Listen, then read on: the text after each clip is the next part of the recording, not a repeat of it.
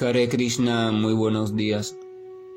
Nama Om Vishnupadaya Krishna Prestaya Bhutale Trimate Bhaktivedanta Swaminiti Namine Namaste Saraswate Deve Gauravani Prasharine Nribise Sasunyavadi Pashatya Deshatarine Jaya Sri Krishna Chaitanya Prabhu Nityananda Tri Abdvaita Gadadhara Rivasadi Gaura Bhaktavrinda. Hare Krishna, Krishna Krishna, Hare Hare, Hare Rama, Rama Rama, Hare Hare. Hare Krishna, reiterados, vamos a continuar con las lecturas y reflexiones sobre los textos del siempre radiante, trascendental y maravilloso Srimad Bhagavatam, los cuales, como siempre decimos, tiene la capacidad innegable de purificar el corazón y la mente y la existencia toda de aquella persona que desarrolle una fe sincera y genuina y que abra su corazón en pos de la convicción de que no hay diferencia entre las narraciones que cuentan sobre el Señor y sus devotos puros y la propia potencia total del propio Señor. Es que entonces cuando uno escucha con sumisión, sencillez y con el debido respeto y fe sobre el Srimad Bhagavatam, entonces se supone que uno está entrando en una atmósfera de contacto directo con el Señor. Y si acaso esta atmósfera se viera un poco enrarecida o un poco limitada, no es por el hecho de que ella está limitada, sino de que el receptor auditivo, aquel que está escuchando, simplemente está lleno de cuestiones todavía que funcionan como contaminaciones internas que le impiden experimentar o sentir, o sea, percibir adecuadamente la potencia espiritual que hay oculta o que yace detrás de todas esas historias y palabras. En el día de ayer habíamos culminado con el capítulo número 8 del primer canto del Srimad Bhagavatam, donde estábamos en un episodio en el cual el rey Yudhishthira se estaba mostrando completamente deprimido, con un sentimiento que no podía resolver, el sentimiento de sentirse culpable por la gran tragedia de la batalla de Kurukshetra. El rey Yudhishthira, también habíamos comentado, era un gran devoto, como todos los miembros de la familia de los Pándavas, por tanto estaba funcionando en la modalidad de la bondad.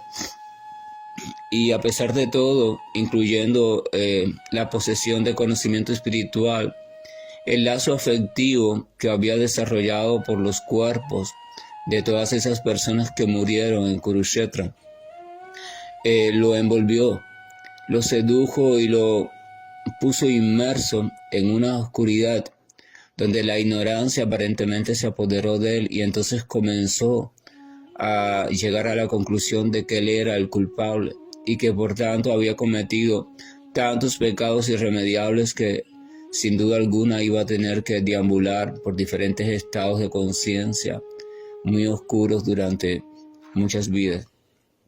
Entonces él interceptó al Señor Krishna antes que se fuera para sus tierras de regreso, y él le estaba pidiendo ayuda. Y entonces el Señor Krishna, de alguna forma, al ver que él tiene una cuestión de autoculpabilidad por aquellos que murieron en Kurukshetra, y sabiendo el Señor Krishna que de aquellos todavía hay uno que no ha muerto, y que ese uno todavía está allí en el campo de batalla esperando, porque hay una misión especial para él. Sabiendo esto, entonces el Señor Krishna lo induce a que vayan al campo de batalla. Y vamos a ver qué sucede en ese campo de batalla, con quién se encuentran, qué palabras dice esta gran alma, y entonces cómo esto deja quietud en el corazón de Yudhishthira.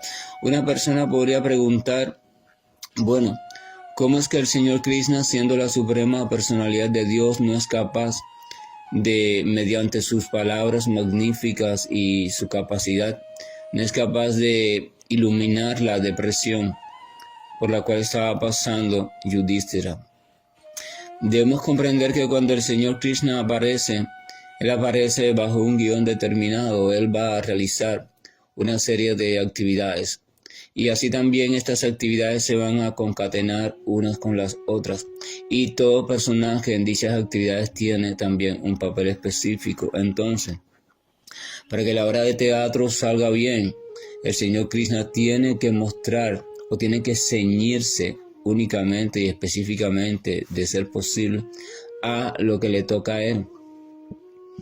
Y entonces tienes que permitir que los demás personajes u actores desempeñen también perfectamente sus roles. Entonces hay un rol necesario, que está para otro gran personaje, y ese rol necesario tiene que ser ejecutado.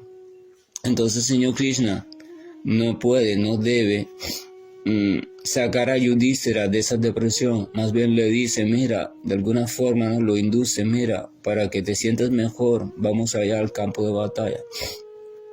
Y en esa situación es que inicia el capítulo número 9.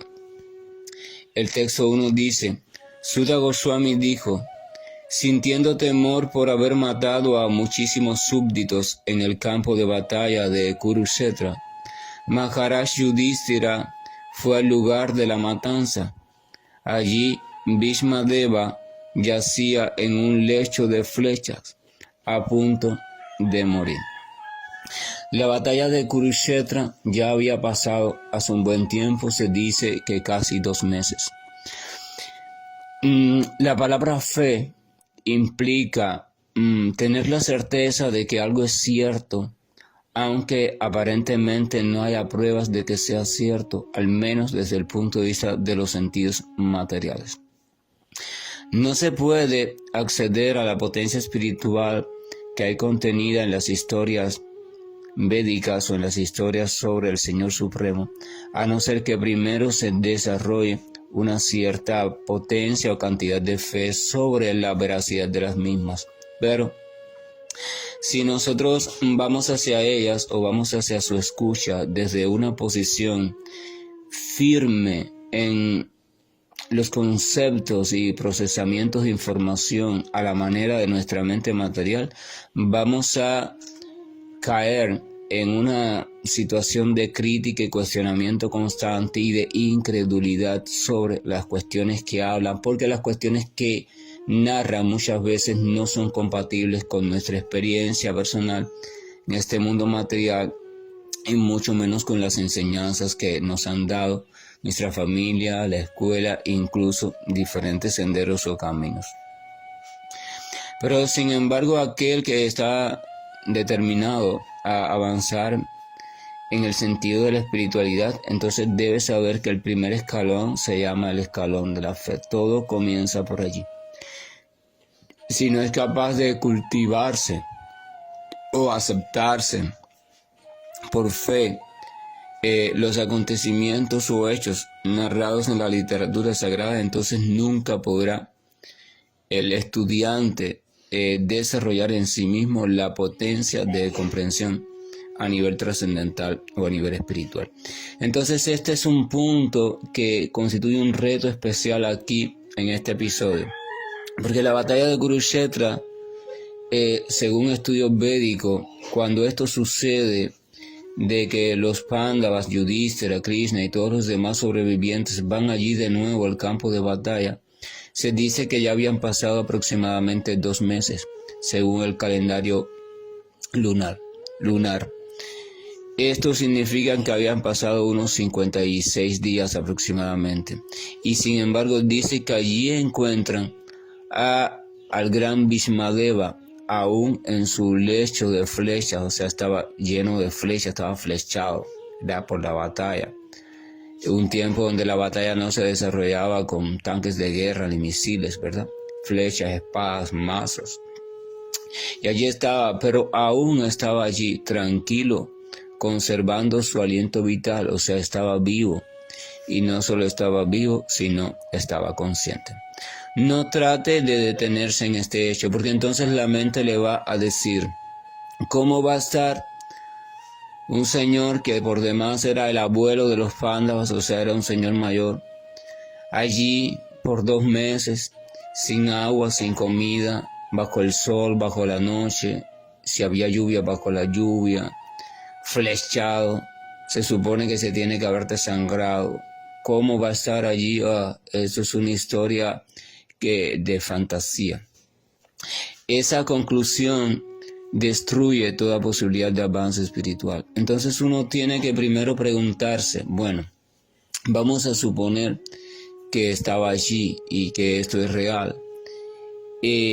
Si eso es verdad, entonces significa que este tal Bhishmadeva no era una persona común. Y en efecto, Bhishmadeva era o es uno de los 12 Mahayanas o una de las 12 grandes personalidades que desde el principio casi del universo están a cargo de diferentes funciones, incluyendo la función de transmitir la ciencia del Bhakti, y para ello adoptan diferentes personajes históricos, o sea, diferentes apariciones, aparecen bajo diferentes formas, en diferentes tiempos, espacios y bajo diferentes culturas. Entonces este Bhishmadeva era uno de esos 12 Mahayanas. Y no solo eso, sino que debido a su potencia mística, que era casi indescriptible, él tenía desarrollada todas las capacidades de todos los poderes místicos que los yogis a veces desarrollan de forma aislada.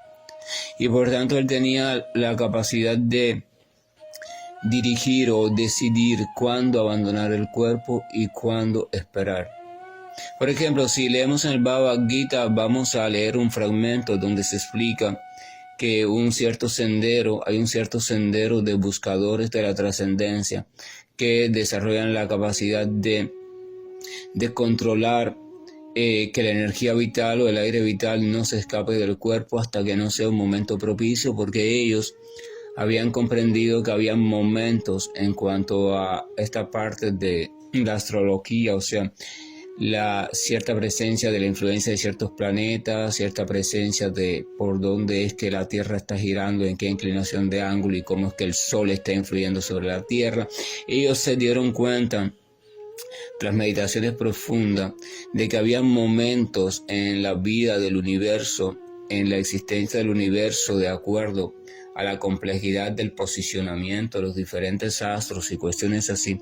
Había momentos donde el universo estaba frágil a influencias degradantes, influencias oscuras, influencias negativas, y había momentos en que el universo estaba frágil a influencias de progreso o influencias positivas.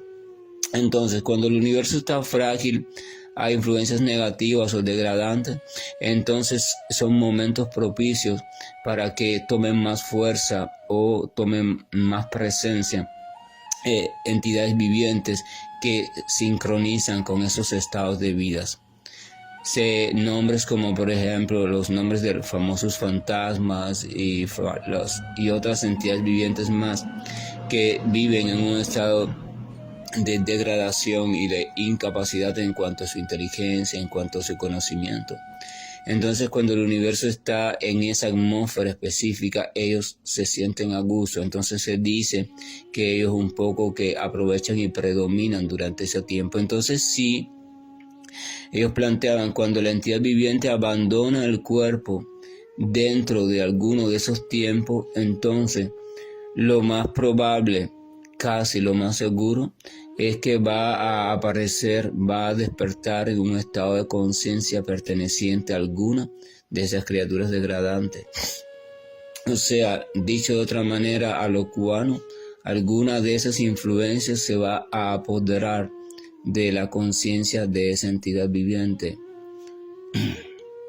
Y cuando pasa lo contrario, ocurre lo opuesto, o sea, cuando la entidad viviente abandona el cuerpo en uno de los tiempos donde las influencias predominantes son positivas, en vez de ser degradantes, son evolutivas, o sea, son luminosas, entonces hay un predominio de presencias favorables, o sea, entidades vivientes que se encuentran en un estado de conciencia más elevado que el del ser humano común, y entonces esa criatura que está en cuerpo del ser humano puede seguir evolucionando. Todos estos son factores desde el punto de vista material porque dependen de organizaciones materiales. Campos electromagnéticos, la luna, el sol, los astros, las estrellas, los eclipses, cosas así, el ángulo de la Tierra, los meridianos, las latitudes, todas esas cosas. Pero también habíamos dicho que al devoto puro no le interesan esos asuntos, él no se siente atraído hacia esos asuntos, pues él tiene la convicción, ¿verdad? Krishna explica, Bhagavad Gita, que allí donde quiera que esté nuestra mente en el momento de la muerte, allí entonces tendremos que tomar conciencia, o sea, aparición en la próxima toma de conciencia o en la próxima vida. Por tanto y demás, eso significa que si nosotros de algún modo logramos que nuestra mente siempre esté fija a los pies del Señor, siempre esté en la presencia del Señor, entonces cuando la muerte ocurra, guiándonos por este principio básico que acabo de plantear y que plantea Krishna en Bhagavad Gita, entonces cuando la muerte ocurra, inevitablemente vamos a aparecer íntegramente o a continuar íntegramente en la presencia del Señor. Independientemente de en qué momento ocurre, qué planetas están en línea, si el Sol está aquí, si el Sol está allá, no importa, eso no importa. Por tanto, el devoto no se preocupa por estos asuntos astrológicos. El devoto tiene una firme convicción, o sea, solamente es mi Señor es quien guía todo el transcurso de mi ¿cómo se dice? De mi proceso de salida del plano de conciencia material hacia el que toque. Mi única función es tratar de desarrollar una fe cada vez más firme en mi Señor. No me interesa cuál es el próximo paso, hacia dónde va a ir mi conciencia, no. El devoto no está, ni prefiere un estado ni otro, ni siquiera prefiere los estados de liberación trascendental o ir hacia el mundo espiritual o hacia eso. El devoto incluso le da lo mismo que los deje en el mundo material, incluso en tiempos peores que esto. Él simplemente lo único que anda buscando, está deseando y pide constantemente es que sea trasladado a donde sea trasladado, que siempre tenga la oportunidad de mantener en su conciencia el recuerdo de la presencia viva del Señor Supremo, o sea que nunca se olvide del Señor. De hecho, los dos principios básicos, los únicos principios reales que son eternos en cuanto a las regulaciones de lo que se debe y lo que no se debe hacer, son los siguientes. La única recomendación que existe es la siguiente: recuerda siempre al Señor. Esa es la única. Y la única prohibición que existe es la siguiente: nunca olvides al Señor. A partir de esos dos preceptos es que surgen todas las ramificaciones de no hagas esto, no hagas aquello, haz esto. Se supone que todas las indicaciones de haz esto, haz aquello, que tienen las diferentes religiones o prácticas, deben estar encaminadas hacia ese principio básico, o sea, recuerda siempre al Señor. Si una regulación determinada no está impuesta o no está dirigida a ayudar al discípulo o al estudiante a recordar cada vez más al Señor, entonces esa regulación no sirve de nada. Sirve desde el punto de vista del autocontrol, la autorregulación, obtener calma en la mente, desarrollar esto, más educación, ecuanimidad, etcétera, etcétera. Pero no sirve de nada desde el punto de vista de la trascendencia espiritual, o sea, no sirve de nada desde el punto de vista de volver o prepararnos para volver al Señor o afianzar nuestra conciencia en Él. Y por tanto y demás, ese es el principio básico. Entonces el devoto se olvida de todas las ramas y dice: yo voy a la semilla, a la esencia. Tratar la perfección de la vida es que yo en todo momento sea capaz de recordar a mi Señor Supremo amado desde el sentimiento específico que yo he desarrollado hacia Él, ya sea como mi Padre Supremo o mi amigo supremo o mi Rey Supremo o como sea, ¿verdad? Y que yo sea capaz de recordarlo y durante todas las actividades que yo esté realizando en mi vida y los pensamientos que esté teniendo y las palabras que esté diciendo, la perfección es que llegar a un punto donde cada una de ellas esté en relación constante con la presencia de mi Señor. Y lo otro que forma parte de esa perfección es lo opuesto, o sea, que nunca en mí haya olvido del Señor. Por supuesto, la presencia de lo primero ya implica la presencia de lo segundo, porque si usted recuerda constantemente a alguien, entonces no hay posibilidad de que se olvide de ese alguien, porque si lo está recordando, no lo puede estar olvidando. O sea, recuerdo y olvido no pueden suceder en este mundo material al mismo tiempo. Y esa es la cuestión.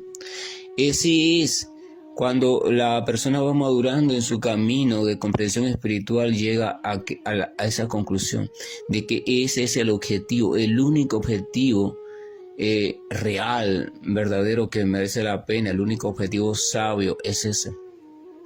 No es el de desarrollar una capacidad u otra, no, yo quiero desarrollar la capacidad mental de saber lo que está pensando la gente, o yo quiero desarrollar la capacidad de sanar enfermos, o yo quiero desarrollar la capacidad de conocer el futuro de las personas, o yo quiero desarrollar la capacidad de hacer que las cosas se muevan con solo mirarlas, o yo quiero desarrollar la capacidad de, estando en mi casa sentado, poder hacer que como si un doble mío o la figura mía estuviera en otros lugares y la gente incluso me viera y yo poder escuchar lo que está sucediendo en esos lugares y ver lo que está sucediendo, o desarrollar la capacidad de influir en la naturaleza y hacer que una semilla puesta frente a mí, por ejemplo una semilla de mango, yo la coloco frente a mí ahí en el patio y entonces me concentro y la miro y la semilla empieza a germinar en minutos y crece y da frutos y todo.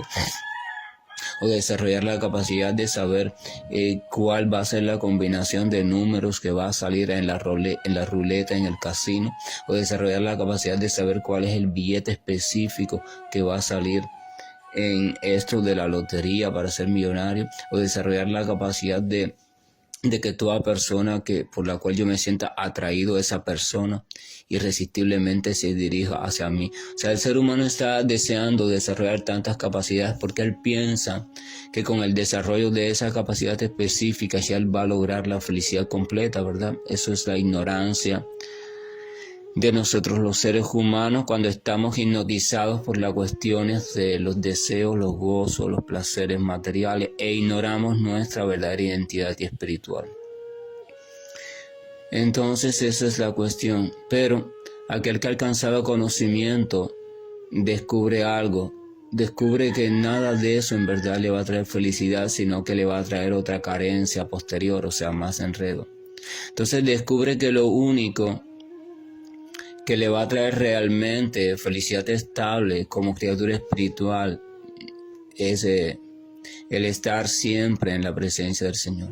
Entonces deja todos sus planes, sus anhelos, sus cuestiones, sus deseos y se centra en un solo deseo.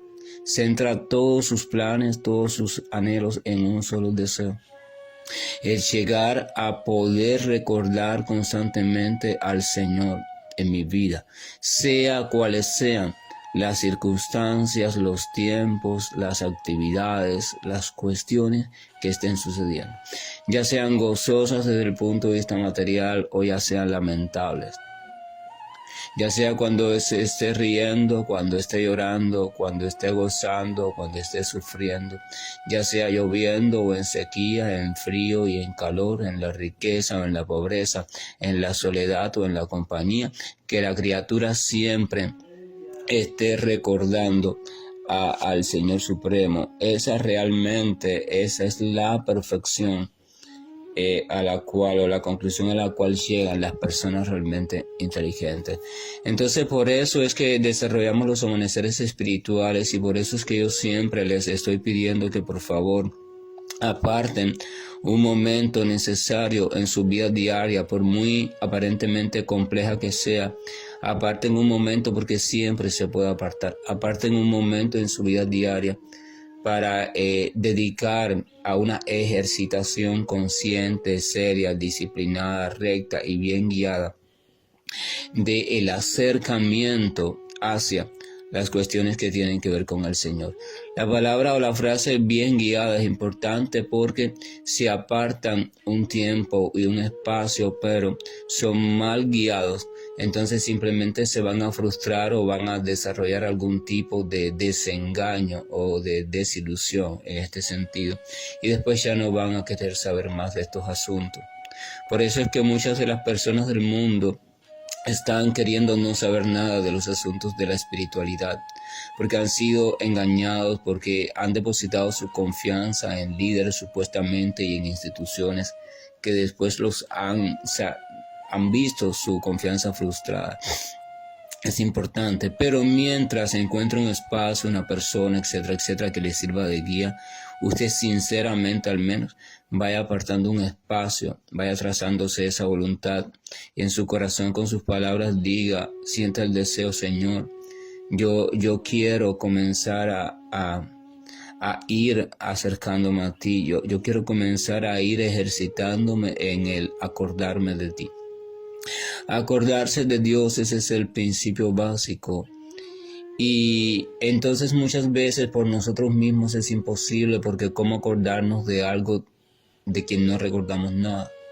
Por eso es necesario escuchar alguna información, por eso todo comienza con el escuchar y por eso incluso la fe comienza con el escuchar. Si usted no escucha de la posible existencia de algo, usted no puede interesarse por ese algo. Usted nunca se va a interesar por aquello de lo cual usted no tiene idea ni que existe. Y si la tiene muy vaga. Entonces, escuchar. Esa es la raíz del amanecer espiritual. Que podamos escuchar cuestiones vinculadas al Señor, actividades, detalles de su forma, de sus agradables características. Porque en ese escuchar, si lo hacemos con fe, vamos a tomar toda esa información como real. Y si la tomamos como real, vamos a comenzar a interesarnos por ella, porque es una información muy atractiva. Todas las cuestiones del Señor son magníficas, heroicas, dulces, siempre son atractivas. Pero debido a nuestro estado de conciencia nublado por los asuntos materiales, no encontramos atracción en ella. Pero si hacemos diariamente ese esfuerzo y lo mantenemos y le pedimos con sinceridad en el corazón, por favor ayúdame a descubrir interés por ti, y nos vamos acercando y reuniendo con personas que sean sinceramente afectuosas en la relación con el Señor, entonces vamos a ir despejando nuestra nubosidad y vamos a ir comprendiendo de qué va todo este asunto. Entonces allí está Yudhishthira y sus hermanos Pándavas fueron al campo de batalla de Kurukshetra y allí se encuentra con Bhishma Deva. Este Bhishma Deva era uno de los descendientes o hijos del famoso rey Bharata. La India antiguamente se llamaba Bharata y el planeta Tierra en aquel momento le llamaba Bharatadharsa. Entonces ese rey Bharata se decía que era la personificación de los principios religiosos en persona, no era cualquier entidad viviente común. O sea, en él se manifestaba el perfecto camino del Dharma en persona. Entonces Bhishma Deva, que ahora está en el campo de batalla, era uno de sus hijos y por tanto era también una gran personalidad. Y Bhishma Deva simplemente había hecho uso de sus capacidades para permanecer, para que la fuerza vital permaneciera en el cuerpo material, la conciencia también, porque él sabía que en algún momento la propia suprema personalidad de Dios llegaría frente a él. Y entonces las escrituras dicen que aquel que abandona el cuerpo frente al Señor, o sea, mirando al Señor Supremo, entonces tiene garantizada la estancia en la morada del Señor Supremo, o sea, regresa a Él sin duda alguna, sea quien haya sido. Una persona puede ser quien haya sido, las actividades que haya cometido, pero si por alguna misericordia de la vida esa persona logra en el momento de la muerte acordarse del Señor Supremo, si logra eso con total fe y convicción, entonces nada de sus actividades podrá impedir que Él regrese hacia la presencia perfecta y maravillosa del Señor. Si uno de verdad llega a comprender eso, entonces uno dice, wow, No quiero más nada, lo único que quiero es tratar de ver si puedo garantizar que a la hora de mi muerte yo pueda ver, o sea, recordar al Señor, traer a mi conciencia al Señor Supremo y hacer lo que predomine en ese momento por encima de mis temores, de todo.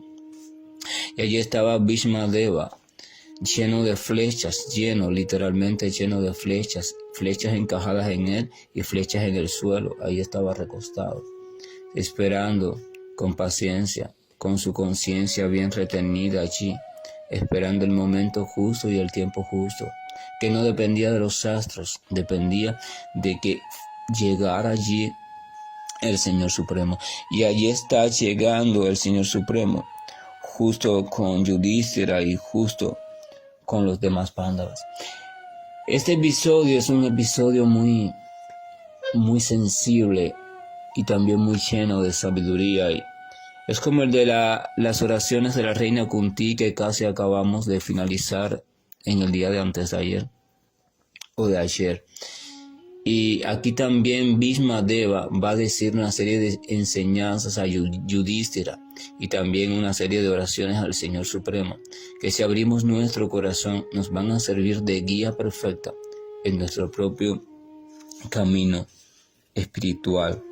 Que la gracia y el amor de nuestro amado, radiante, magnífico y siempre dulce y compasivo, amistoso, gallardo, hermoso, atractivo, Señor Supremo, nos acompaña constantemente, porque debemos comprender que estamos como en un sueño muy complejo, tan antiguo que parece la única realidad, pero en verdad no es la única realidad. Y debemos comprender que solamente se puede salir de ese estado de sueño depositando nuestra atención a los pies del Señor, de tal modo que no nos apartemos de allí. Pero hacer eso es muy difícil. No se consigue así con un chasquido de dedos y ya, porque tenemos muchas ataduras que nos atan, pero no solo nos atan, nos alan constantemente. Y no solo nos alan, sino que a nosotros hemos desarrollado cierto placer en esas ataduras. Y nosotros mismos entonces en el fondo de algunas de ellas no queremos desatarnos. Hay un conflicto ambivalente. Sí, queremos avanzar, ir hacia Dios, liberarme del sufrimiento, pero en el fondo decimos, sí, pero de tal cosa y de tal cosa no me quiero apartar. De tal cosa y de tal cosa no quiero dejarlas de hacer. Tal cosa y tal cosa no quiero sacarlas de mi vida. O sea, queremos liberarnos, pero al mismo tiempo queremos permanecer atados. Que el Señor, por su potencia maravillosa y por sus arreglos en nuestra vida cotidiana, nos haga comprender poco a poco de qué va la real situación, que es lamentable, la de todas las criaturas en este mundo. Es lamentable, aunque en algunos casos parezca que no. Hare Krishna, buen día. Estoy finalizando la llamada. Hare Krishna, Hare Krishna, Krishna Krishna, Hare